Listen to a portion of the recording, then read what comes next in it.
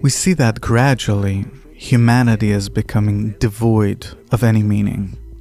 And what then?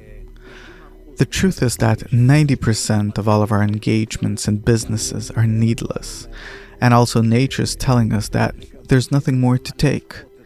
You can't squeeze anything out of me anymore.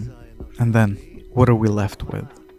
And then humanity will become more disposed toward the perception of new values that don't come through shopping and to work and buy and work and again. We're done with that.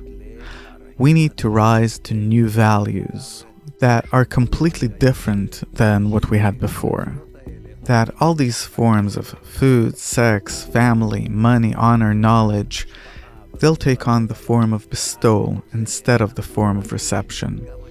And then from that, we will feel how our fulfillment is changing at its essence.